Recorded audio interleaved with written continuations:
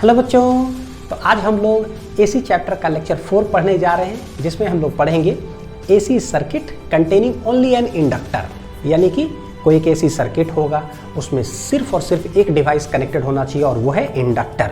फिर एनालिसिस करेंगे कि एसी सप्लाई वोल्टेज हमने लगाया तो बताओ कि उसमें करंट क्या फ्लो करेगा, और जब हम लोग करंट निकाल लेते हैं फिर करंट और वोल्टेज के इक्वेशन का एनालिसिस करते हैं। फिर ये सब कॉन्सेप्ट आता है, फेज क्या होता है, फेजर क्या होता है, फेजर डायग्राम हमें बनाना होता है, ग्राफ है, फिर न्यूमेरिकल्स। तो बच्चों फेज क्या होता है, फेजर क्या होता है, फेजर डायग्राम, इसका पूरा अंदरूनी कॉन्सेप्ट जो है ना हम लोगों ने पिछले लेक्चर में पढ़ा है, लेक्चर 3 में, जिसमें टॉपिक था एसी सर्किट कंटेनिंग ओनली ए रजिस्टर। तो वो लेक्चर जरूर देखा हुआ होना चाहिए, क्योंकि यहाँ से हर बार जो है हम लोग क्या करेंगे, जो भी लेक्चर्स आगे पढ़ेंगे इसमें जैसे ही करंट वोल्टेज निकल जाएगा ना, उसके बाद फेजर डायग्राम बनाते हैं। तो पहले पता तो चले कि फेजर होता है क्या, तब तो डायग्राम ठीक है। तो उसका कॉन्सेप्ट मैंने पिछले लेक्चर में बताया, ठीक।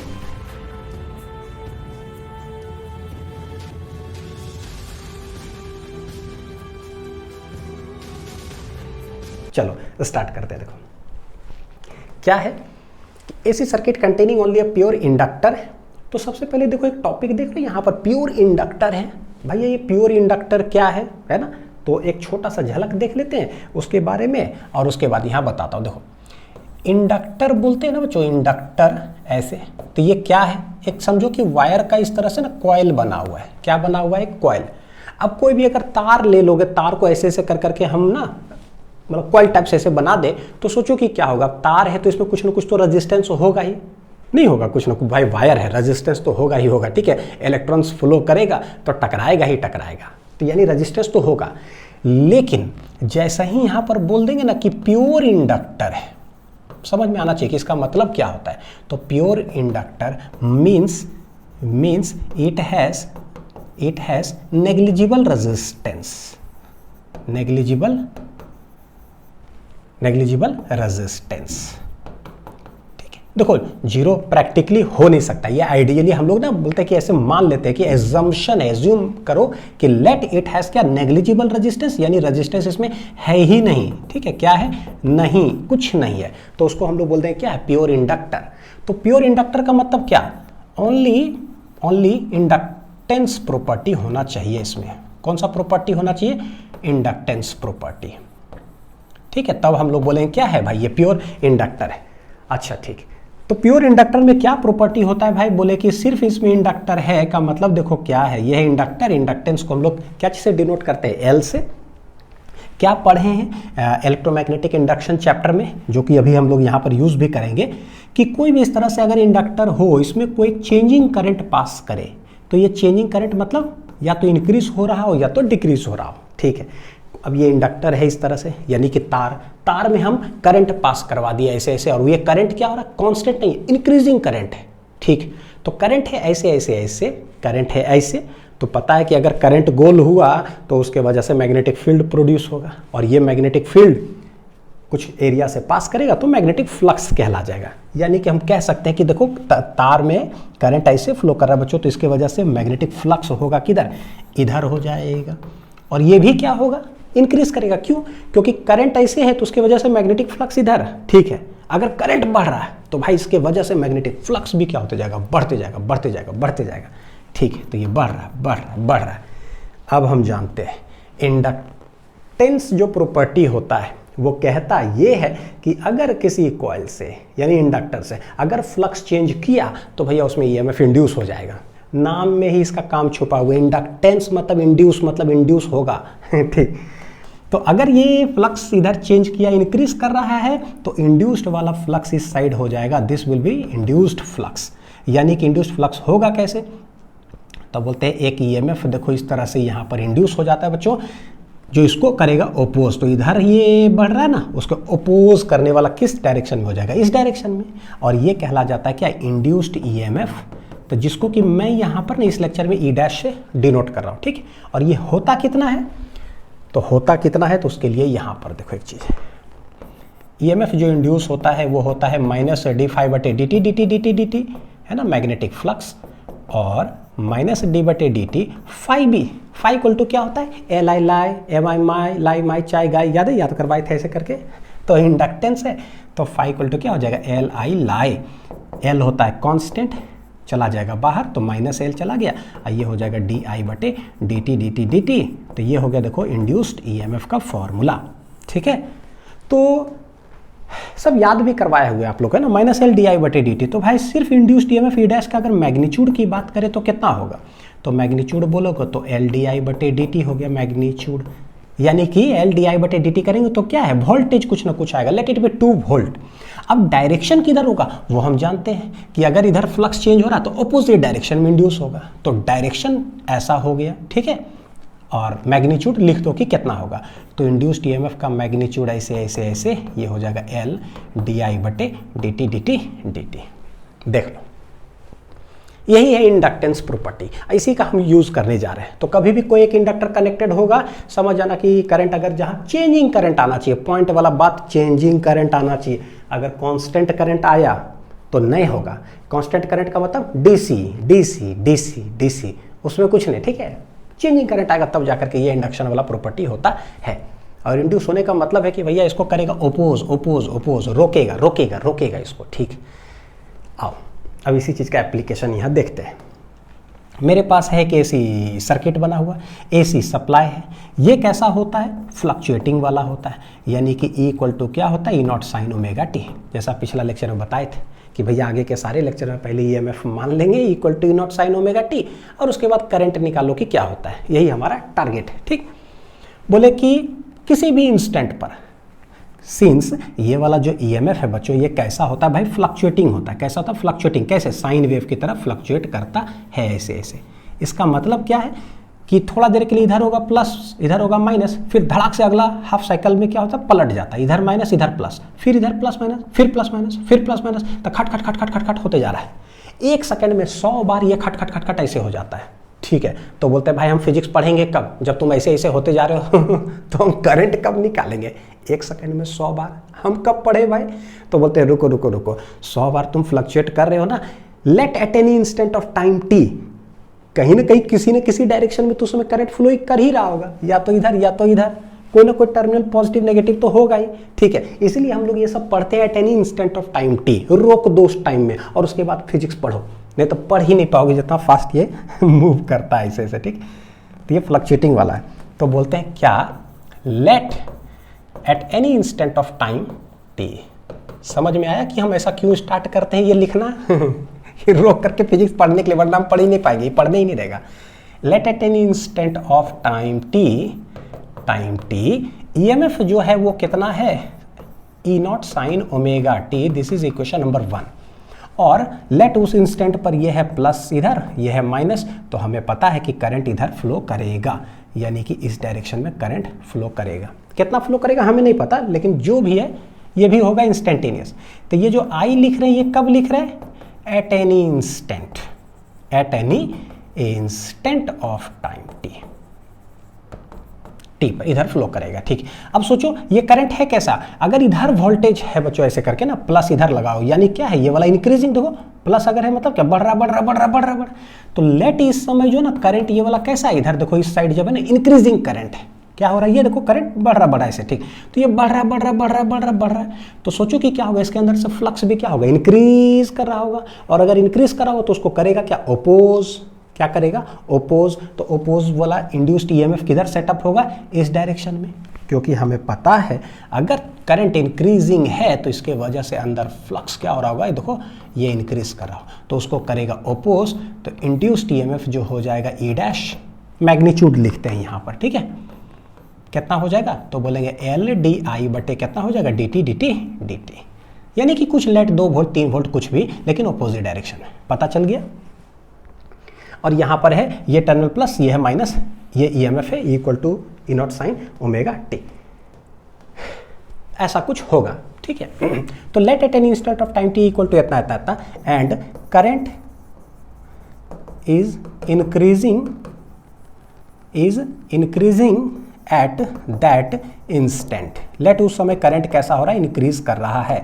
देयरफॉर होगा क्या बच्चों, EMF induced at that instant in the inductor कितना होगा, इंडक्टर इज, तो बोलेंगे ईएमएफ इंड्यूस ई डैश से जिसको डिनोट करें तो मैग्नीट्यूड हो जाएगा कितना, देखो जरा, बोलेंगे एल डी आई बटे D T D T D T. This is let equation number क्या बोल दिए 2, ये हो गया। EMF induced eight that instant in the inductor is इतना, मैग्नीट्यूड सिर्फ लिख रहा है। तो अब क्या करते हैं, सिंस हमें करंट निकालना है तो बोले भाई यहाँ तो कोई रेजिस्टेंस है ही नहीं, एक वोल्टेज है ये, एक वोल्टेज है ये, तो लेट इसमें अब हम लोग लगा देते केवीएल। क्या लगाते हैं बच्चों, केवीएल। तो केवीएल कैसे लगाएं, तो बोले देखो करंट इधर फ्लो कर रहा है, हम लोग भी इधर ही चल जाते हैं। कौन है ये है हम लोग, ठीक, और केवीएल लगाते जाते हैं। तो सोचो ये प्लस और माइनस मतलब क्या, मेरे लिए क्या बन गया, एक बैटरी बना हुआ है जिसका कि ईएमएफ किसी इंस्टेंट पर है ई, और ये भी किसी इंस्टेंट पर एक इंड्यूस्ड ईएमएफ, ये भी एक बैटरी जैसा बना हुआ है ये, और लगाओ केवीएल। ठीक है, लिख लीजिए था, उसके बाद बताता हूँ आगे। ठीक है,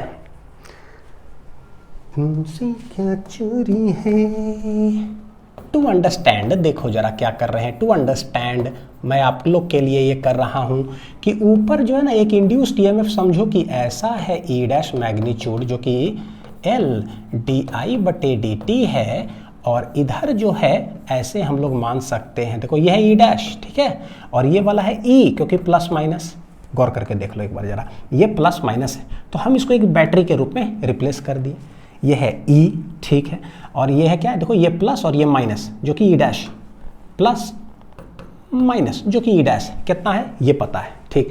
तो इसमें लगाओ केवीएल, तो ऐसे करके हम लोग लगा रहे हैं केवीएल, तो apply KVL in the circuit. ठीक है, कब, एट दैट इंस्टेंट, हर बार बड़ी जरूरी है, एट दैट इंस्टेंट, उसी इंस्टेंट पर मैं केवीएल लगा रहा हूँ, वरना ही लगाने नहीं देगा रोक करके लगाओ। ठीक है, तो देखो हम चल रहे हैं ऐसे, करंट भी कैसे फ्लो कर रहा है ऐसे, तो हम चल रहे हैं ऐसे, छोटा आदमी से बड़ा आदमी हो जाएंगे तो प्लस ई हो गया, सही है, छोटा आदमी से बड़ा आदमी प्लस, क्योंकि छोटा ये बड़ा टर्मिनल है। ठीक है, चलते चलते चलते चलते जा रहे हैं, पहले मेरे को दिखा बड़ा और उसके बाद हो गया क्या छोटा, बड़ा से छोटा हो गया, तो भैया ये नेगेटिव वाली बात है, तो नेगेटिव कर दो ऐसे, मतलब माइनस टाइम्स मैग्नीट्यूड जो भी है, ठीक, ताकि पता चले इतना हो गया। यही टोटल वोल्टेजेस है और तो कुछ है ही नहीं, तो sum of all voltages is equal to 0। भैया इसमें तो कोई रेजिस्टेंस है ही नहीं, है ना, तो खत्म हो गया। तो E माइनस ये मैग्नीट्यूड कितना आ रहा है, एल डी आई बटे D T D T D T equal to हो गया 0, यानी कि ये E बराबर उधर चल जाएगा तो हो जाएगा कितना, एल डी आई बटे D T D T D T. यानी कि हम लोग लिख सकते हैं बच्चों, मैग्नीट्यूड अब हटा देते हैं तो डायरेक्ट क्या लिख देंगे, E equal to L D I बटे D T D T D T. क्या सर कर क्या रहे हो, मैं करंट निकाल रहा हूँ, मेरा टारगेट है करंट निकालना, जो कि डी आई के फॉर्म में आया हुआ है। अब छोटा करंट कहीं अगर दिख जाए और मेरे को चाहिए टोटल करंट, करेंगे क्या, इंटीग्रेट, फिजिक्स है, D I D I D I D I I बन जाएगा, इंटीग्रेट कर देंगे तो D T D T D T T T T बन जाता है। यानी हमें पता चल रहा है भाई छोटका जो करंट डी आई है ना, उसको करो इंटीग्रेट तो निकल जाएगा टोटल करंट। तो डी आई इक्वल टू हो जाएगा E D T divide by L, तो डी आई इक्वल टू ई बटे एल इंटू डी टी, ई बटे एल इंटू डी टी हो गया, डी आई इक्वल टू इतना इतना। अब यही जो डी आई है बच्चों, जो ई है क्या मेरे लिए, ई है E not sine omega T, कितना है ई, कितना है ई है E not sine omega T into D T, और डिवाइडेड बाई कितना हो गया एल। ये आ गया मेरा करंट का एक्सप्रेशन, इसको दे देते हैं इक्वेशन नंबर कितना 3। How to find total current, total current के लिए इंटीग्रेट कर दो, तो भाई इसको करो इंटीग्रेट, इसको भी करो इंटीग्रेट, तो ये देखो D I D I D आई इधर, ई नॉट बटे एल इधर, sign omega T D T D T D T, कर देते हैं इंटीग्रेट। ठीक, करूँ स्लाइड नीचे, आ जाओ, D I D I D आई देखो ये तो बन जाएगा मेरा क्या आई, इनडेफिनिट इंटीग्रेशन, कोई लिमिट्स वगैरह नहीं लगा रहे, बस डी आई बन गया मेरा आई। ई नॉट बटे एल जो है वो तो हो गया कांस्टेंट, बाहर चला गया, इंटीग्रेशन होने जा रहा है सिर्फ sign omega T D T D T D T. ठीक है, तो आई बराबर आ जाएगा ई नॉट बटे एल, साइन ओमेगा टी का इंटीग्रेशन क्या होता है, माइनस कॉस ओमेगा टी, जो दिखे पहले माइनस कॉस ओमेगा टी लिख दो, लेकिन ये जो टी के सामने कांस्टेंट दिख रहा है ना, तो इंटीग्रेशन में क्या करते हैं, उस कांस्टेंट से कर देते हैं डिवाइड। मेरे ख्याल से बहुत बार ये यूज हो चुका है। ठीक है, साइन 2x का इंटीग्रेशन क्या होगा, माइनस कॉस 2x डिवाइड वो जो 2 है उससे कर दो डिवाइड, इतना, लेकिन प्लस लग जाएगा एक constant c।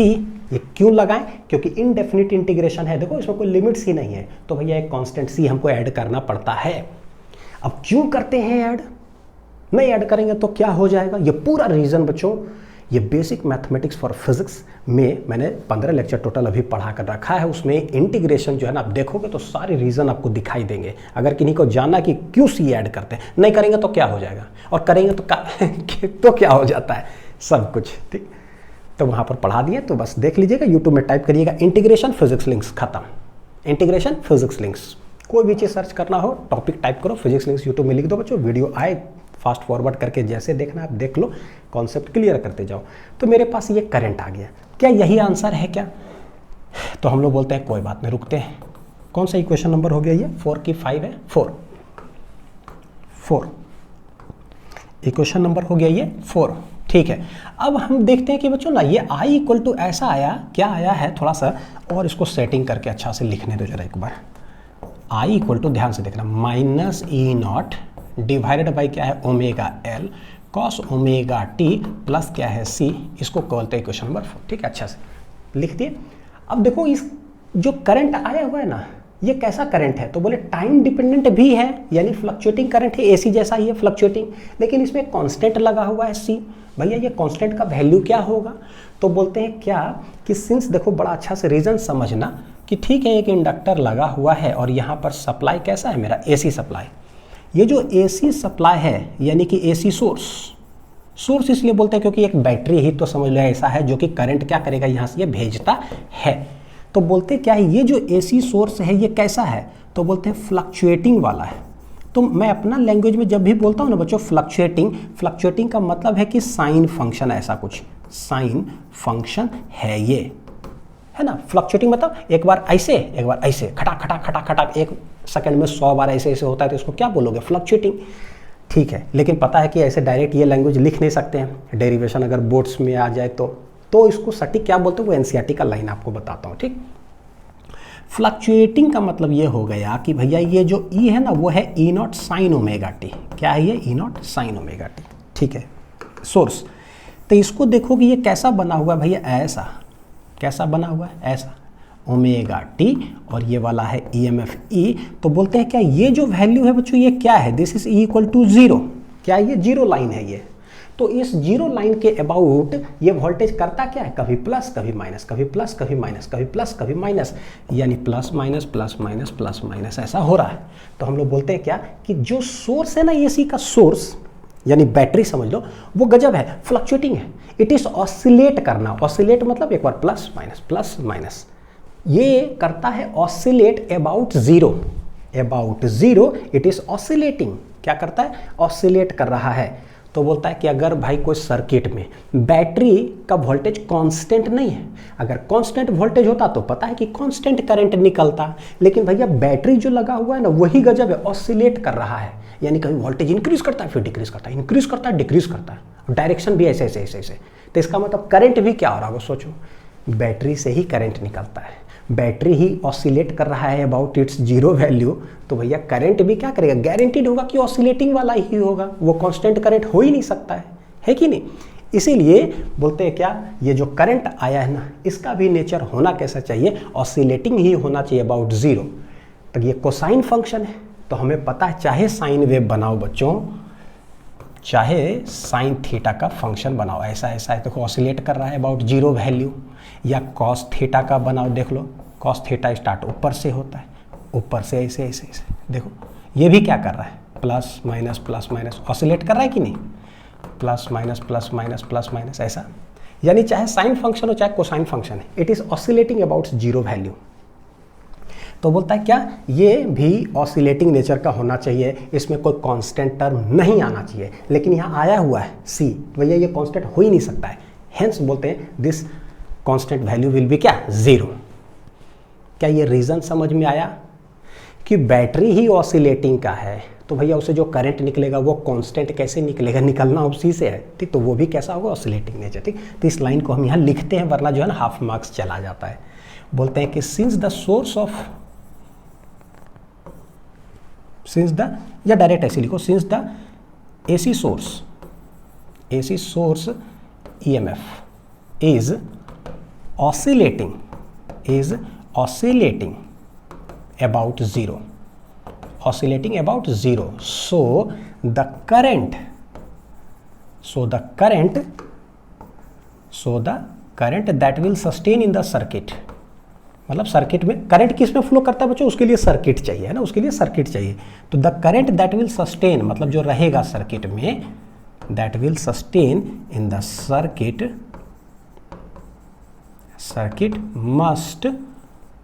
must also be oscillating about zero है ना, that is it must not have any constant value,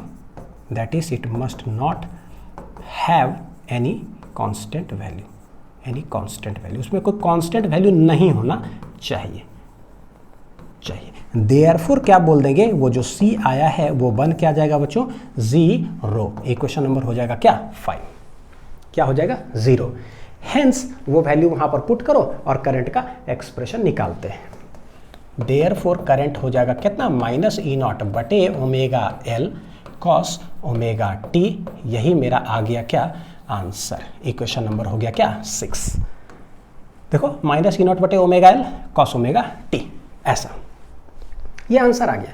लेकिन आंसर को ना थोड़ा सा हम सेटिंग वेटिंग करते हैं। क्या सेटिंग वेटिंग करते हैं, तो बोलते हैं कि भाई EMF जो है ना वो है ऐसा, E0 साइन ओमेगा T है। देखना क्या है, E0 साइन ओमेगा T, यानी ये ओमेगा T पर है EMF।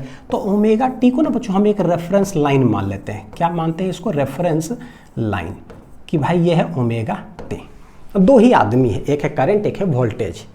तो भाई वोल्टेज हम फिक्स करते हैं कि ये एक रेफरेंस लाइन है ओमेगा T, ठीक। तो बोलते हैं कि करंट कहाँ है, करंट इसी फेज पर यही लाइन पर है, या इससे थोड़ा सा ऊपर है, या इससे थोड़ा सा नीचे है, यानी इससे आगे या इससे पीछे। तो कैसे डिटरमाइन करोगे, तो पिछला लेक्चर जो रेजिस्टिव सर्किट देखे थे उसमें करंट का आंसर आया I0 साइन ओमेगा T, यानी कि ओमेगा T ही आया। तो बोले ओ जहाँ पर ये खड़ा है ना EMF, वहीं पर करंट भी रहता है सेम फेज में। लेकिन यहाँ गजब तरीके से आया साइन। सबसे पहली बात यहाँ साइन आया नहीं, आ गया कॉस, ऊपर से माइनस। तो पहले ट्रिग्नोमेट्री पढ़ते हैं, इसको भी हम कोशिश करते हैं पहले साइन के ही रूप में लिखने का, ताकि सेम फंक्शन हो गया साइन। और उसके बाद हमारा टारगेट क्या होगा बच्चों, ओमेगा T से कितना ऊपर है या ओमेगा T से कितना नीचे है, क्योंकि omega T is a reference line, ठीक। तो ओमेगा T प्लस कुछ होना चाहिए या ओमेगा T माइनस कुछ होना चाहिए, जिससे पता चलेगा कि ऊपर है या नीचे, फेस डिफरेंस निकालने के लिए। क्लियर, चलो देखते हैं तो क्या किया जाए। तो बोलते हैं देखो E0 बटे ओमेगा L जो है इसको साइड कर लो, और यहाँ पर क्या है माइनस अंदर डाल देते हैं। तो ये हो गया माइनस कॉस ओमेगा T, ठीक। तो E0 बटे ओमेगा L, ध्यान से देखना, माइनस रहने दो। ये कॉस ओमेगा T को हम लोग क्या लिख सकते हैं, तो बोले sine 90 minus theta, cos theta होता है, ठीक। तो साइन 90 माइनस थीटा, 90 मतलब पाई बटे 2, साइन 90 माइनस थीटा लिख सकते हैं, देख लो, है ना, क्योंकि ये माइनस माइनस है, sine 90 minus theta cos theta होता है। साइन में लेकर आ रहे हैं, सेटिंग कर रहे हैं हम यहाँ। अच्छा, तो ये E0 बटे ओमेगा L। अब देखो क्या करने जा रहे हैं, ये जो माइनस है ना रहने दो यहाँ पर। साइन 90 माइनस थीटा जो है बच्चों, इस जो ब्रैकेट देख रहे हो ना, उसमें हम एक माइनस लेते हैं कॉमन। क्यों ले रहे हैं कॉमन, क्योंकि ये ना साइन ओमेगा T होना चाहिए, माइनस ओमेगा T का कोई मीनिंग ही नहीं हुआ। जैसे बोले ना एक ओमेगा T है, तो ओमेगा T से कितना आगे या ओमेगा T से कितना पीछे, ये भैया ये ओमेगा T में ही माइनस कर दिया, तो बोलते हैं तुम गड़बड़ हो यार, ऐसे एनालिसिस नहीं कर पाएंगे, तुम पॉजिटिव रहना चाहिए। तो तुम आओ बाहर माइनस, तो माइनस लेते हैं बाहर आओ, तो भाई आ गया बाहर। तो बोले ये बन क्या जाएगा, अब देखो बाहर ले लेंगे तो ये बन जाएगा ओमेगा T माइनस 90। ये बहुत ब्रैकेट नहीं हो गया क्या, ये देख लो जरा ध्यान से, देखो कैसे माइनस यहाँ है, साइन यहाँ है, pi by 2 minus omega T, उसमें से हमने माइनस निकाल लिया बाहर, तो भैया ये पलट जाएगा, ओमेगा T माइनस से इतना हो गया, ठीक है। अब ये क्या दिख रहा है, देखो ये ना करली वाला ब्रैकेट में साइन माइनस ऑफ कुछ एंगल है, साइन माइनस ऑफ कुछ एंगल है। होता क्या है भाई, तो बोले साइन माइनस ऑफ थीटा जब भी रहता है बच्चों, वो हो जाता है माइनस साइन थीटा। कहाँ से, ट्रिग्नोमेट्री से। हर बार वही चीज़ जरूरत पड़ते रहता है, बेसिक मैथमेटिक्स फॉर फिजिक्स, ये जरूरत पड़ते रहेगा। किन्हीं को दिक्कत हो एकदम ट्रिग्नोमेट्री देख लीजिए, ठीक, वो भी बेसिक मैथमेटिक्स फॉर फिजिक्स में पढ़ा है।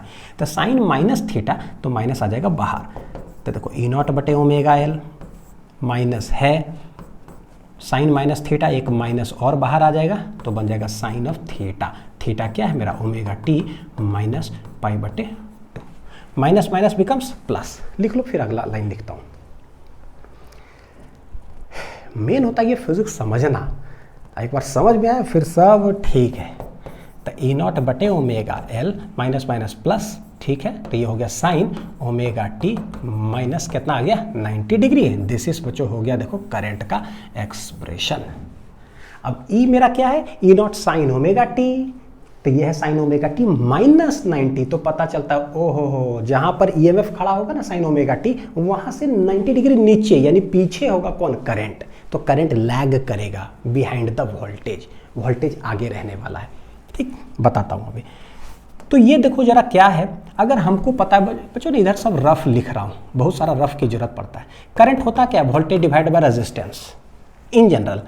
तो बोलते हैं कि कभी भी मान लो अगर यहाँ पर पीक वोल्टेज आ जाए, मान लो देख लो ई नॉट है पीक वोल्टेज, तो जो भी नीचे डिवाइडेड है समझ में आता कहीं ना कहीं रेजिस्टेंस टाइप का ही होना चाहिए।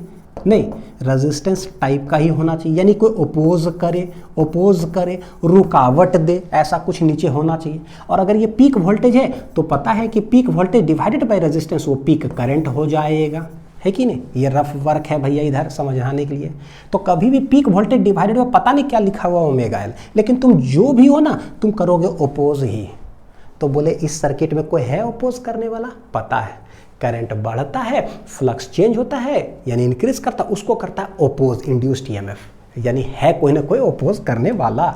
ठीक है, तो ये आ जाता है बच्चों, देखो नामकरण करता हूं, इसको रिप्रेजेंट करते हैं एक्स एल से। सिंस इस सर्किट में रेजिस्टेंस नहीं होता है, तो दूसरा एक सिंबल यूज करते हैं एक्स एल। ठीक है, एक्स को रेजिस्टेंस ना बोल करके रिएक्टेंस बोलते हैं। क्या बोलते हैं, रिएक्टेंस। जो भी होगा ना करेगा तो अपोज ही भाई, बस नेचर अलग अलग तरीके से। Sign omega T minus 90। ठीक, ये ई नॉट बटे एक्सएल कहलाएगा क्या, तो बोले जब भी पीक वैल्यू हो ना वोल्टेज का डिवाइड बाय रेजिस्टेंस को क्या कहता है, पीक करंट, यानी जो भी है दिस बिकम्स पीक करंट। तो ये I not sine omega T minus pi बटे 2 और ये हो जाएगा आई। ये देखो this is the final expression, I equal to I not sine omega T minus कितना 90 डिग्री हो गया।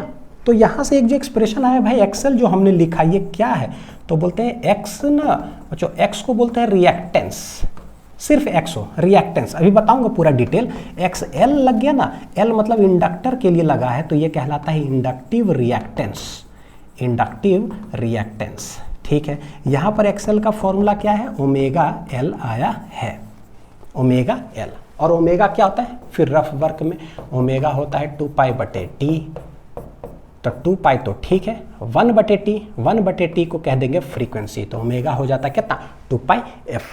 यानी कि एक्सएल को हम लोग लिख सकते हैं बच्चों क्या, omega 2 pi F I into क्या हो जाएगा एल।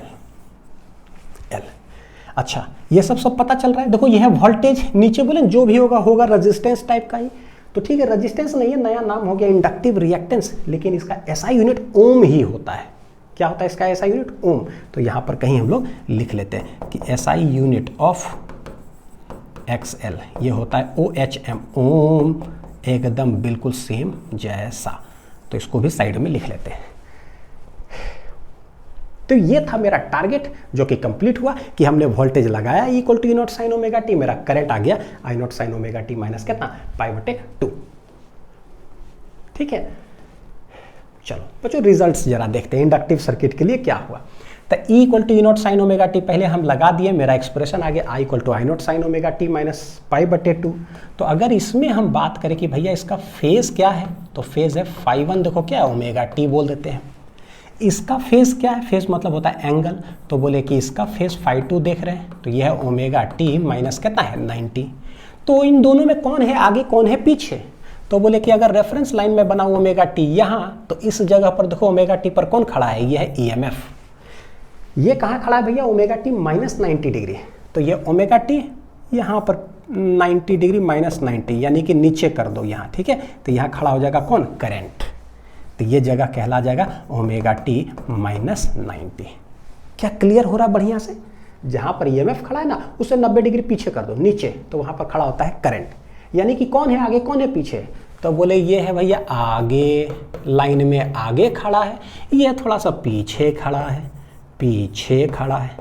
यानी बोलेंगे क्या लैंग्वेज में, तो लैंग्वेज में बोलते हैं कि करंट लैग कर रहा है, current lags behind the voltage. Voltage आगे है तो लैग कर रहा है पीछे, तो current lags behind the voltage, behind the voltage कितना एंगल से, तो बोले बाई पाई/2 यानी कि बाई 90 डिग्री। इसका शॉर्ट ट्रिक भी बताऊंगा, उसके लिए टेंशन मत लो, लेकिन फिलहाल जैसे जैसे कॉन्सेप्ट आते जा रहा है ना, पहले बिल्डअप करते जाओ, बिल्डअप करते जाओ। आगे जो कंफ्यूजन होता है ना RLC RL RC में कौन लैग करेगा लीड करेगा, सब टिप्स पे याद हो जाएगा। जैसे अपना नाम याद रखते हैं ना, what is your name, my name is Anil Kumar है, वैसे ही याद करवा दूंगा, ठीक है, उसके लिए टेंशन मत लो। कौन आगे कौन पीछे, बोले करंट लैग कर गया, पीछे रहेगा कितना 90 डिग्री से, ठीक। तो इसका मतलब वोल्टेज आगे है, तो बोले वोल्टेज लीड कर रहा है भैया करंट से, है ना। तुम आगे हो तो तुमको क्या बोलेंगे लीड, मैं पीछे हूँ तो मैं क्या बोलूँ, मैं पीछे हूँ मतलब मैं लैग कर रहा हूँ, तो current lags behind the voltage, या बोल सकते हैं voltage leads the current, voltage leads the current by 90 degree. ऐसे phase difference between E and I क्या हो जाएगा भाई, डेल्टा फाई क्या होगा, तो ये बोलेंगे डिफरेंस बोलते हैं ना तो सीधा सीधी होता है। डिफरेंस का मतलब होता है सीधा सीधी, पहले ई बोला ठीक है, तो EMF का फेज कितना है φ1, फिर ऐसे डिफरेंस मतलब चेंज इन बोलता ना तो फाइनल माइनस इनिशियल करते हैं, लेकिन फेज डिफरेंस बोलेगा φ1 - φ2, ठीक। φ1 है कितना ω/t माइनस φ2 कितना है ω/t माइनस 90 डिग्री। देखो क्या हो जाएगा ω/t minus ω/t plus π/2, plus minus ω/t चला गया, फेज डिफरेंस कितना आ रहा है π/2, वो तो आना ही था, है कि नहीं, कि करंट और वोल्टेज में कितना एंगल का डिफरेंस है, मैग्नीट्यूड देख लो 90 डिग्री से आगे पीछे भाई कौन है, करंट लैग्स, ठीक। ये देखो शॉर्ट ट्रिक टू लर्न बताता हूँ, ठीक है, शॉर्ट ट्रिक देखना। करंट लैग किया ना बच्चों, तो पता है एक ट्रिक याद रखना बहुत इंपॉर्टेंट, L फॉर लैग, बस इसी से सब कुछ कर लेंगे, याद रखना L फॉर लैग। और ये ट्रिक किसके लिए निकाल रहा हूं, तो this trick is for current, trick for currents, हमेशा सब के लिए, फॉर ऑल सर्किट के लिए वाला हो गया, ब्रह्मास्त्र है ये, फॉर ऑल सर्किट्स है भाई, चाहे RLC जो बोलना है, ठीक है, RLC भी हो जाए, RL भी हो जाए, RC भी हो जाए, सब के लिए पूरा AC चैप्टर के लिए जो है ना एक short trick L for lag, बस खत्म। तो L मतलब इंडक्टर, किसके लिए ट्रिक बताएं, करंट के लिए, तो जैसे ही आएगा ना L सिर्फ L है, L फॉर लैग। देखो L फॉर लीड भी होता है बच्चों, L फॉर लीड भी होता है, L फॉर लैग भी होता है। भैया मैंने आपको क्या पढ़ा है, अब मेरे से पढ़ रहे हो फिजिक्स तो कम से कम तो पता रहेगा आंसर क्या बोले एक ही चीज बोले L फॉर लैग, खत्म, है कि नहीं। तो L फॉर लैग, L मतलब इंडक्टर में करंट करेगा लैग 90 डिग्री, हो गया खत्म।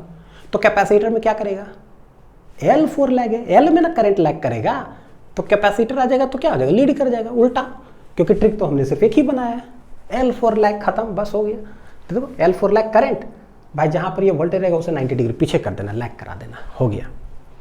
अभी आने दो ना धीरे धीरे आगे लेक्चर देखना, इसी चीज से मैं सारी चीज याद करवाऊंगा, L फॉर लैग से सारे चीज खत्म। नेक्स्ट इंडक्टिव रिएक्टेंस की बात करते हैं, अच्छा से चीजें समझना। एक्सेल सबसे पहला क्या आया, तो ठीक है, एक्सेल हमने देखा कि भाई ω/L आया था, और ω/L क्या था 2πfL, और इसका यूनिट भी बोल दिए थे कि भाई ये ओम है ना। देखो किसको बोलते हैं बच्चों, बोलते हैं कि व्हाट इज एक्सेल, भाई क्या है, तो बोलते हैं it is a measure of the effective resistance और opposition offered by the inductor to the flow of AC through it. सही है, कोई दिक्कत नहीं है मेरे ख्याल से कि कभी भी एक इंडक्टर अगर लगा हुआ हो सर्किट में, कैसा सर्किट, AC सर्किट में, और AC फ्लो करेगा, पॉइंट टू बी नोटेड, ये कैसा है, AC करंट अगर फ्लो करे तो हमें पता है कि ये चेंजिंग करंट होता है, या तो इंक्रीज कर रहा है या तो डिक्रीज कर रहा है। तो जब भी एक इंडक्टर से AC करंट फ्लो करेगा, चेंजिंग करंट होगा तो उसको करेगा ओपोज। तो कौन है जो ओपोजिशन करेगा, कौन है, उसका नाम क्या होगा, ओपोजिशन का कहलाता है इंडक्टिव रिएक्टेंस, वही है जो ओपोज करता है, ठीक है। तो it is a measure of the effective resistance. Effective resistance इसलिए बोला क्योंकि रेजिस्टेंस तो हम बोल नहीं सकते भैया, इंडक्टर में तो रेजिस्टेंस 0 होता है इफेक्टिव रेजिस्टेंस यानी फीलिंग दिलाने के लिए कि ओपोज कर रहा होगा कोई, हाँ, कौन है, नया नाम है भाई, है ना, तो रिएक्टेंस बोल दिए। अच्छा सच ए, बड़ी इंपॉर्टेंट सब पॉइंट है बच्चों, such a non resistive opposition, resistive वाला नहीं है, non resistive opposition to the flow of current is called क्या, रिएक्टेंस। तो नॉन रेजिस्टिव कभी ऑपोजिशन हो, मतलब रेजिस्टेंस ना हो लेकिन फिर भी ऑपोजिंग हो रहा हो तो उसको रिएक्टेंस बोल दिए, और अगर रेजिस्टेंस ही है तो उसको रेजिस्टेंस बोलेंगे। कितना अच्छा बात है भैया, रेजिस्टेंस वाला ऑपोजिशन है तो रेजिस्टेंस कहेंगे, नॉन रेजिस्टेंस वाला ऑपोजिशन है तो उसको रिएक्टेंस बोलेंगे। इंडक्टर लगा हुआ है तो इंडक्टिव रिएक्टेंस, कैपेसिटर लगा होगा उसमें भी कोई ना कोई रोकेगा तो कैपेसिटिव रिएक्टेंस कहला जाएगा, है कि नहीं। तो इन इंडक्टर इट इज कॉल्ड क्या, इंडक्टिव रिएक्टेंस और डिनोटेड बाय एक्सएल। हो गया।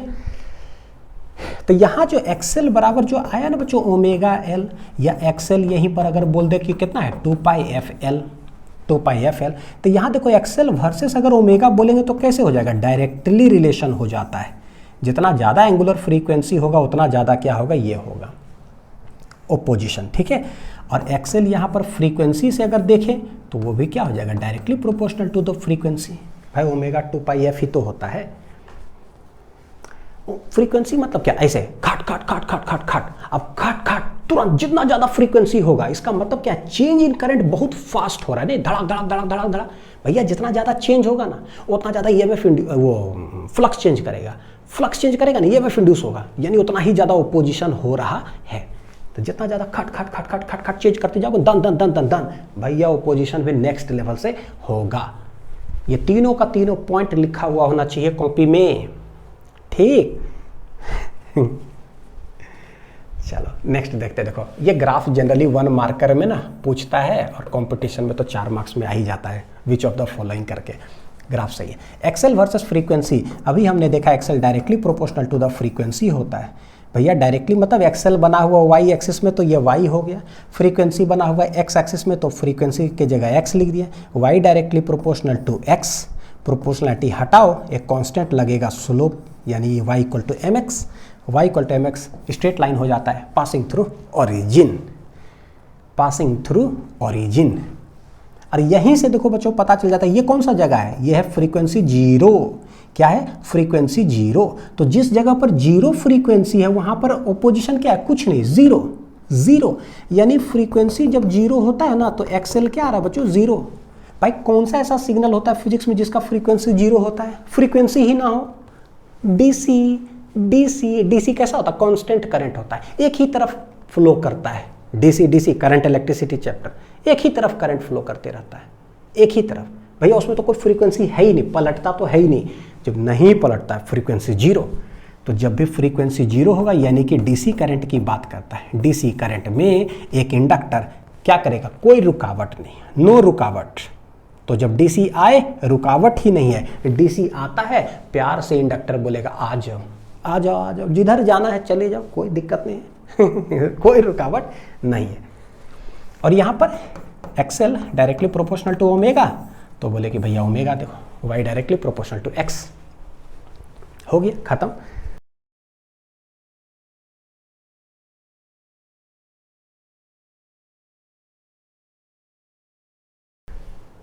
नेक्स्ट देखो, अब बोलता है ना कि ये जो इंडक्टर है बच्चों, यही जो भी बता रहे थे कि behaviour of a pure inductor to the flow of AC and DC through it क्या होता है ना, एसी और डीसी। तो देखो डीसी एक ऐसा सिग्नल होता है ना जिसका फ्रीक्वेंसी होता है जीरो। क्यों फ्रीक्वेंसी जीरो, क्योंकि डीसी करंट को हम जानते हैं कैसे डिनोट करते थे, ऐसे याद करो, शुरू फर्स्ट लेक्चर ही एसी का बताए थे। कांस्टेंट करंट होता है, यानी कि मान लो कुछ नहीं बच्चों, मान लो बस, ठीक है अंडरस्टूड है, क्योंकि अब फिर से वही चीज़ क्यों पढ़ाऊँ, लेक्चर होने वाला है ना। कांस्टेंट करंट, एक ही डायरेक्शन में करंट फ्लो करता है, डीसी डीसी डीसी। चलो बोल ही रहे हैं तो एक बार लिख ही देते हैं, क्या दिक्कत है ना। देखो ये है डीसी, डीसी सप्लाई है, करंट इधर फ्लो करेगा तो करंट इधर ही फ्लो करेगा, एक ही डायरेक्शन में, तो फ्रीक्वेंसी जीरो। और एक्सएल एक ऐसा चीज़ है, अभी देखे तो ओमेगा एल यानी कि 2πfl, फ्रीक्वेंसी जीरो, रख दो जीरो, आ गया जीरो, एक्सएल इक्वल टू कितना हो गया, जीरो। यानी कि no opposition is offered by the inductor, no opposition is offered by the inductor to the flow of DC through it. कि कब जब कोई एक डीसी लगा हुआ होगा तो इंडक्टर उसको कोई ओपोज नहीं करेगा, पूरी तरह से पार करने देता है। यानी कि एन इंडक्टर अलाउस डीसी, रोका ही नहीं, देखो है ना, रोका ही नहीं, कोई रुकावट नहीं, तो पास करने देता है। अलाउस डीसी, या तो डीसी बोलो, डीसी मतलब फ्रीक्वेंसी जीरो बच्चों, ठीक है, या लो फ्रीक्वेंसी सिग्नल। लो मतलब क्या, मान लो 0.001 हर्ट्ज हो, है ना, बहुत लो होगा फ्रीक्वेंसी, बहुत लो 0.00001 मान लो, तो ये भी क्या होगा, बहुत कम, यानी कि बहुत कम ओपोजिशन है, ना के ही बराबर, समझो कि पास करने दे रहा है, ठीक। तो इंडक्टर करता क्या, अलाउ करता है डीसी या लो फ्रीक्वेंसी सिग्नल को to flow through it easily, but opposes the flow of AC through it. AC को नहीं पास करने देता भैया, उसको ओपोज करता है, क्योंकि एसी जैसी बोलेंगे ना तो बोलते it has some frequency, it has some frequency. और हम जानते हैं कि अपने कंट्री की अगर बात करोगे ना, इंडिया में फ्रीक्वेंसी कितना होता है एसी का, 50 हर्ट्ज, और अमेरिका की अगर बात करें तो फ्रीक्वेंसी होता है 60 हर्ट्ज। तो फ्रीक्वेंसी है तो भैया एक्सेल जो होता है directly proportional to frequency. Frequency है ज़्यादा 50 तो भैया ये रुकावट करेगा, यानी कि inductor opposes the flow of AC through it, है कि नहीं, जितना ज़्यादा फ्रीक्वेंसी उतना ज़्यादा ओपोजिशन, तो एसी को ओपोज करेगा, डीसी को पार करने देता है। देखो, but opposes the flow of AC और हाई फ्रीक्वेंसी सिग्नल, भैया जितना ज़्यादा फ्रीक्वेंसी रहेगा उतना ज़्यादा उसको रोकेगा, ठीक। यानी कि यहाँ पर मैं एक थोड़ा सा अगर डायग्राम ऐसे बना दूँ बच्चों, मान लो यहाँ एक इंडक्टर अगर हो ना, इंडक्टर, तो इधर पे मान लो कि डीसी भी आ रहा है और एसी भी आ रहा है एक इंडक्टर के पास, एक इंडक्टर के पास दोनों आ रहा है, एसी डीसी दोनों। तो डीसी को कोई रुकावट नहीं देता है, डीसी को बोलता है भैया तू पास कर जा, लो पास कर जाओ, हम तुम्हारे लिए एकदम ठीक ठाक है। लेकिन एसी को बोलेंगे, इंडक्टर क्या करता है, ब्लॉक्स एसी, ठीक है, and allows DC, and allows DC to pass. ये इसका जो है ना मतलब बिहेवियर हो गया जब एक इंडक्टर लगा होगा तो ऐसा। और ये जो सर्किट होता है जिसके अंदर एक इंडक्टर लगा होता है, इसको अलाउ कर देता है, एसी को ब्लॉक कर देता है। ऐसे ये कर क्या रहा है, एक तरह से फिल्टर कर रहा है, नहीं होता जैसे पानी और उसमें कंकड़ मिला हुआ हो, ठीक, तो हम लोग ना छानने वाला लेते हैं, उसमें ऐसे ढारते हैं, तो क्या होता है भाई, पानी पास कर जाता है, कंकड़ रुक जाता है, चाहे छानने वाला नहीं होता है छलनी, ठीक है, तो उसमें पानी पास कर गया और कंकड़ रुक गया, तो क्या है भैया, वो फिल्टर है। तो ये कहलाता है फिल्टर सर्किट। क्या कहलाता है बच्चों, फिल्टर सर्किट, फिल्टर सर्किट, ठीक। ये कैसा है, फ्रीक्वेंसी जीरो और इसका फ्रीक्वेंसी होता है ज़्यादा, तो बोलिए एक ऐसा फिल्टर सर्किट है ना जो कि लो फ्रीक्वेंसी को पास करने देता है, हाई फ्रीक्वेंसी को रोक देता है। तो इस फिल्टर सर्किट को हम लोग बोलते हैं लो पास फिल्टर। देखो समझ में आ रहा होगा, क्या बोलते हैं इसको, लो पास फिल्टर, यानी it allows low frequency signal to pass through it, इसीलिए नाम पड़ गया लो पास करता है, तो लो पास फिल्टर। बोलोगे भैया अनिल सर ये सब कहाँ यूज़ होता है, बता देता हूँ, यूज्ड इन सेमीकंडक्टर, पढ़ेंगे सिलेबस में है, यूज्ड इन सेमीकंडक्टर, ठीक है। ये रेक्टिफायर वाला जो सर्किट है सब उसमें जरूरत पड़ेगा, देखना रेक्टिफायर में, half wave rectifier, full wave rectifier का जो सिग्नल आता है बाहर आउटपुट, उसमें दोनों होता है। तो हम ये इंडक्टर लगा देते हैं, यानी कि लो पास फिल्टर लगा दिए, वो डीसी को पास कराता है, एसी को रोक देता है। तो यही चीज़ है बच्चों, देखो a circuit device that uses an inductor for this purpose is called क्या, लो पास फिल्टर। लिख लो बढ़िया से, लो पास फिल्टर। तो कैपेसिटर में पढ़ लेंगे, जस्ट इसी का कट कॉपी अलग, थोड़ा सा पेस्ट तो नहीं बोलेंगे, अलग हाई पास फिल्टर हो जाएगा, हाई फ्रीक्वेंसी को पास करने देगा कैपेसिटर। आ जाओ, phasor diagram for a pure inductive AC circuit equal to होता है E not sine omega T. तो पता चल गया भैया कैसे बनाते हैं फेजर, रोटेटिंग वेक्टर होता है। तो हम लोग करें क्या, बोले कि भाई ये जो मैग्नीट्यूड दिख रहा है यानी मैक्सिमम ईएमएफ, उसको एक वेक्टर का लेंथ से हम लोग डिनोट करते हैं, तो दिस इज ई नॉट बन गया। ओमेगा टी फेज, तो उस इंस्टेंट पर ये देखो कितना है, ओमेगा टी है, ये कितना है, ये ओमेगा टी बन रहा है, ठीक। इसका इधर प्रोजेक्शन नहीं लेते एक्स एक्सिस तरह, वाई एक्सिस में हम प्रोजेक्शन लेते हैं, तो ये क्या कहला जाता है, इंस्टेंटेनियस। क्यों, क्योंकि ई नॉट कॉस ओमेगा टी इधर आएगा, इधर देखोगे तो ये वैल्यू क्या आ जाता है, this becomes E not sine omega T, which is equal to क्या हो जाएगा, यही तो ईएमएफ है, देख लो ई। तो कोई भी अगर फेजर डायग्राम बनाना है तो उसका एक प्रोजेक्शन डॉट डॉट डॉट ले लो, that indicates the instantaneous value होता है, इतना हो गया। अब जहां पर जिस एंगल पर ये ईएमएफ है, देखो ईएमएफ है इस एंगल पर खड़ा है, एक्स एक्सिस से ओमेगा टी, ठीक, वहीं से 90 डिग्री पीछे कौन खड़ा होगा, करंट, मैग्नीट्यूड आई नॉट लेकर के। तो भाई जहाँ पर ये है ना उससे 90 डिग्री पीछे, बच्चों 90 डिग्री पीछे कैसे होगा, ऐसे होगा, तभी तो पता चलेगा। देखो जरा दूसरा कलर से बनाता हूँ, इसी लाइन से 90 डिग्री पीछे, तो इसी लाइन से देखो जरा, जहाँ पर ये खड़ा है ना वहाँ से 90 डिग्री क्या कर दिए हम पीछे बना दिए। सवाल है कि जितना लेंथ का ये बनाए थे क्या उतना ही लेंथ का हम बना दे क्या? नहीं नहीं, क्योंकि आई नॉट क्या होता है, अभी हमने देखा ई नॉट बटे एक्सएल होता है। तो ई नॉट डिवाइडेड बाई कुछ रेजिस्टेंस कर दोगे तो आई नॉट का जो मैग्नीट्यूड हो जाएगा बच्चों क्या हो जाएगा, कम हो जाएगा in comparison to E naught. मतलब ई नॉट का वैल्यू अगर 5 है ना तो 5 डिवाइडेड बाई 50, 60, 100 करोगे तो ये आएगा क्या, कम। तो आपको इसका लेंथ जो है ना हल्का सा और कम कर दो ताकि तुरंत चीज़ें समझ में आए ऐसे। तो ये क्या है, दिस इज आई नॉट।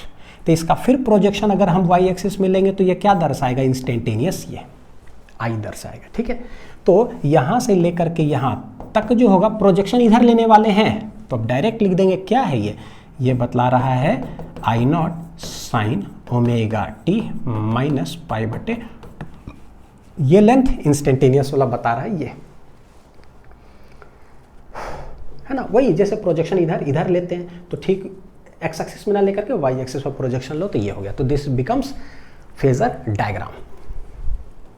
देखिए कैसे बनता है। अब आ जाओ ग्राफ बना लेते हैं। तो देखो E equal to E not sine omega T, भाई ई आई वाई एक्सिस में है, ओमेगा टी एक्स एक्सिस में है, हमें ग्राफ बनाना है। हर 90 मतलब जो है ना हमने खटाल बना दिया एक साइकिल के लिए। E equal to E not sine omega T है तो इसका ग्राफ बनेगा कैसे, साइन है ना तो साइन का ऐसे बनता है, नेचर समझ में आ गया। ऊपर जो होगा वो प्लस ई नॉट होगा और नीचे जो होगा वो माइनस ई नॉट होगा। ठीक, तो जो है ना बच्चों वहाँ बना देते हैं वायलेट कलर से, तो वायलेट वाला ग्राफ बनाते हैं। देखो जरा साइन वेव वैसे ही बनाना, ओरिजिन से स्टार्ट होगा। ठीक, तो ये जो वायलेट दिख रहा है ऊपर कर देते हैं प्लस ई नॉट, नीचे लिख देते हैं माइनस ई नॉट, बनाते हैं ओरिजिन से लेकर के। ठीक, कैसे जाएगा 90 90 90 90। ठीक, तो जीरो से ध्यान से देखना, 90 पे गया ऊपर, 90 से ऐसे आ गया 180 पे, वायलेट बाउंड्री। उसके बाद यहाँ से जाएगा ऐसे 270, फिर ये चला गया कितना 360। देखिए कैसे बन गया। ठीक, अब करंट का मुझे बनाना हो तो ध्यान से देखना, करंट का अगर बनाना होगा तो सवाल है कि कहाँ से बनाएं। बोले देखो अगर साइन ओमेगा टी होता ना तो यहीं से बना देते हैं, लेकिन यहाँ से नहीं बनेगा। ओमेगा टी माइनस 90 है बच्चों, माइनस 90 होगा ना तो नीचे से शुरू करेंगे। ध्यान से देखना, ओमेगा टी होता है तो यहाँ से स्टार्ट करते हैं, प्लस 90 होता है ना ओमेगा टी प्लस 90 तो ऊपर से चालू करते हैं, माइनस 90 है ना तो नीचे से चालू करेंगे। और बनाना कैसा है साइन, तो भैया साइन ग्राफ ही बनाओ, साइन ग्राफ ही बनाओ ऐसे, लेकिन बनाना किधर से, नीचे से शुरू करना है। ठीक, तो और इसका मैग्नीट्यूड होगा थोड़ा कम, तो कम मैग्नीट्यूड का बना हुआ है तो ये माइनस देखो आई नॉट ग्रीन वाला, ऊपर है प्लस आई नॉट।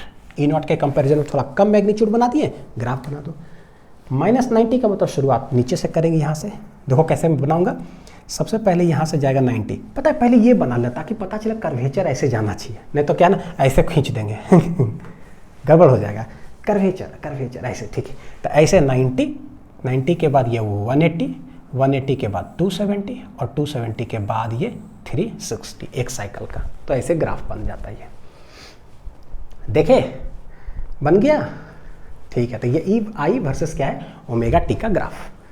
सवाल देखते हैं बच्चों। देखो एक एनसीईआरटी का ही क्वेश्चन उठाता हूं सबसे पहले जरा, क्या है बोलता है कि 44 मिली हेनरी इंडक्टर, यानी कि इंडक्टेंस दे के रखा है 44 मिली हेनरी, मतलब बच्चों 44 इंटू कितना मिली, मतलब मिल गई 10 टू दी पावर कितना -3 हेनरी, ये हो गया।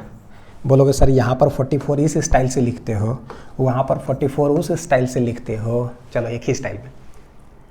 तो a 44 milli henry inductor is connected to a 220 volt 50 hertz AC supply, यानी कि कोई एक इंडक्टर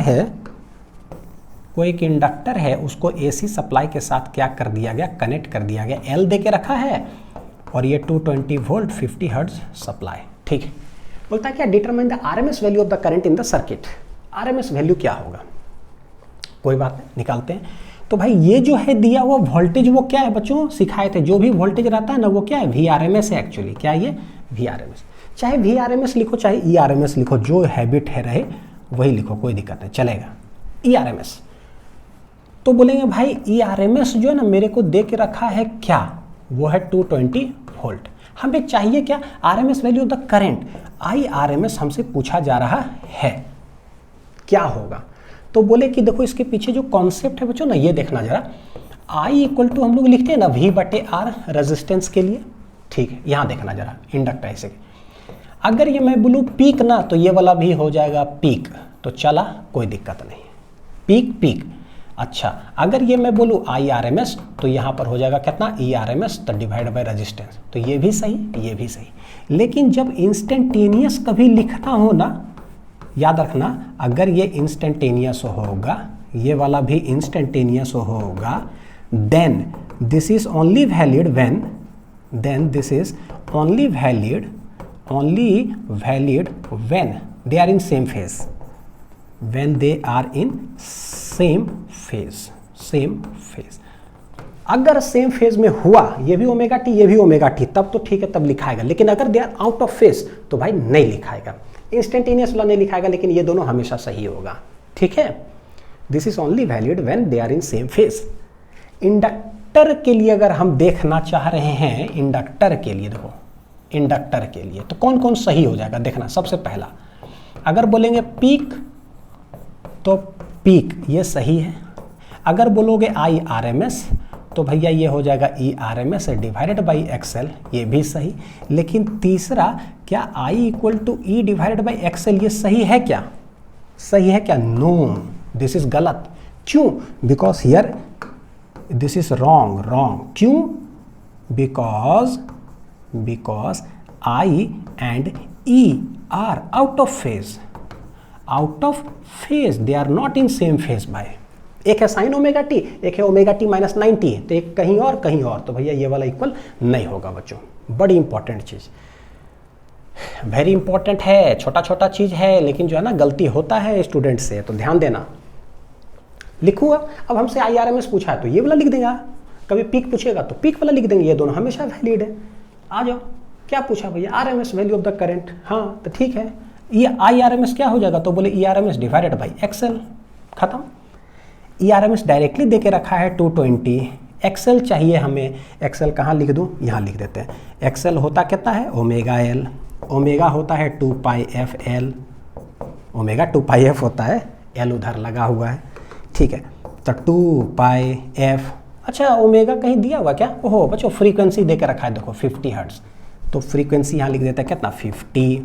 L कितना है 44 इंटू 10⁻³ तो 50 दूनी देखो हो गया 100, ये दोनों 50 दूनी 100 पाई इंटू 44 इंटू 10⁻³ यानी कि 44 पाई, इसको निकाल रहा हूँ अलग से, ठीक, यानी कि 44 पाई इंटू 10⁻, ध्यान से देखना, ये है 2, 2 जीरो यहाँ -3, 2 में से 3 गया -1, यानी ये आ जाएगा 44 पाई इंटू कितना 10⁻⁻1। तो ये -1 चलो रहने दो, -1 ही, क्या दिक्कत है। दिस इज XL इतना ओम, पता चल गया XL 44 पाई इंटू 10⁻1, इसको उठा के रख देंगे यहाँ, तो ये आ जाएगा 44 पाई इंटू 10⁻ कितना -1, ये चला जाएगा ऊपर। तो 22 बच्चों 220 को ना ऐसे लिखो, 22 इंटू 10 भागा 44 पाई है, देखो पाई क्या लिख सकते हो 22/7 या चलो 3.14 जैसे लिख सकते हो, चलेगा 3.14 ही रहने दो, क्या दिक्कत है। अच्छा देखो ध्यान से, मैंने क्यों वाला किया ना, क्योंकि 22 दूनी 44 ऐसी दिख रहा है ना, आराम से कट जाएगा, ठीक। तो 22 इंटू 10 कर दिए, एक जो 10⁻1 है ऊपर चला जाएगा, कितना हो जाएगा 10, ठीक। काटूं तो 2 दूनी 4, ठीक है 2 पचे 10 यानी ऊपर 50 नीचे 3.14, ये क्या है भाई IRMS, इतना ही एम्पियर हो जाएगा बच्चों। आंसर आ गया 50/3.14। ऑप्शन है 15, 25, 35, 45, तो 3 कितना देखो 15 3 45 यानी 15 बार में कटेगा, तो 15 पॉइंट क्या आंसर आ जाएगा 9, नहीं लग रहा है क्या, देखो जरा, यानी कि IRMS कितना हो जाएगा 15.9 एम्पियर, 15.9 एम्पियर ये हो जाएगा। काट लो ना 3 ऐसे करके 15 3 45 तो 15 कुछ ऐसा, समझ में आया कैसे कैलकुलेट करेंगे। चलो नेक्स्ट देखते हैं जरा। ये देखो ये साइनोसॉइडल वोल्टेज अब हमारे पास दे के रखा है V ऑफ t है कितना 100 साइन 500t, यानी कि कहने का मतलब V दे के रखा है 100 साइन 500t। कहने का मतलब ये हो गया इस तरह से V not sine omega t हो गया, ये है कि नहीं? ठीक है। Is applied across pure inductance of L दे के रखा है कितना 0.02 हेनरी। बोलता है क्या the current through the coil क्या होगा, करंट क्या होगा। तो भाई सिर्फ प्योर इंडक्टेंस यानी इंडक्टर लगा हुआ है, तो जो भी वोल्टेज होता है L4 लैग, देखो ट्रिक बस याद रखना है, L4 लैग यानी इंडक्टर में करंट करेगा लैग, तो भैया ये हो जाएगा कितना I not sine omega T minus कितना डिग्री 90 डिग्री। करंट का एक्सप्रेशन पूछा है, करंट क्या होगा, तो ये होगा। I नॉट कैसे निकालोगे, देखो पीक वैल्यू का जरूरत है हमें, पीक वैल्यू का, तो सीखे थे पीक में लिख सकते हैं, तो इतना डिवाइड बाई एक्सेल हो जाएगा पीक, पीक ई नॉट मतलब यहाँ पर वोल्टेज वी नॉट लिखा हुआ कोई बात है, तो वी नॉट बटे एक्सेल।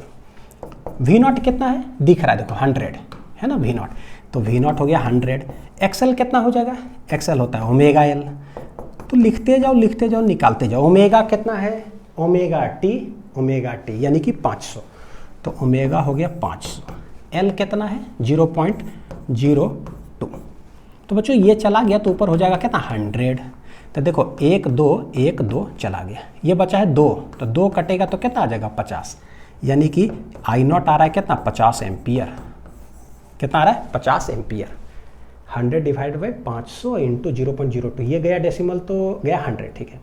2 0 कट गया ये दोनों है ना, तो 2 से काटोगे तो 50 होगा, 50 एम्पियर आ गया, यानी ये हो गया 50 साइन ओमेगा, ओमेगा कितना है 500, तो भैया 500t ओमेगा टी माइनस कितना हो जाएगा π/2, तो देखो ये हो गया क्या करंट का एक्सप्रेशन। यानी समझ में आ रहा है कि कैसे हम लोग कैलकुलेट करेंगे। सांसों को सांसों में ढलने दो जरा, ठीक है समझ में आया। तो कभी भी वोल्टेज इंडक्टर L4 लैग खत्म, लैग करा दो, बस हो गया। तो मेरे ख्याल से अच्छा से समझ में आया होगा कि इंडक्टर जब कनेक्टेड हो एसी सर्किट के अंदर तो हम लोग कैसे सारे पैरामीटर्स का एनालिसिस करते हैं, ग्राफ कैसे, जो भी चीज़ पूछता है कैसे बनाते हैं, सब कुछ डिटेलिंग में बच्चों, ठीक है। बस अच्छे से प्रैक्टिस करते जाइए, कॉन्सेप्ट को समझते जाइए, जहाँ दिक्कत लगे उसको फिर से लेक्चर को रिवाइंड कर करके देखते चले जाइए, कहीं दिक्कत नहीं आएगा। मिलते हैं अगले लेक्चर में, थैंक यू।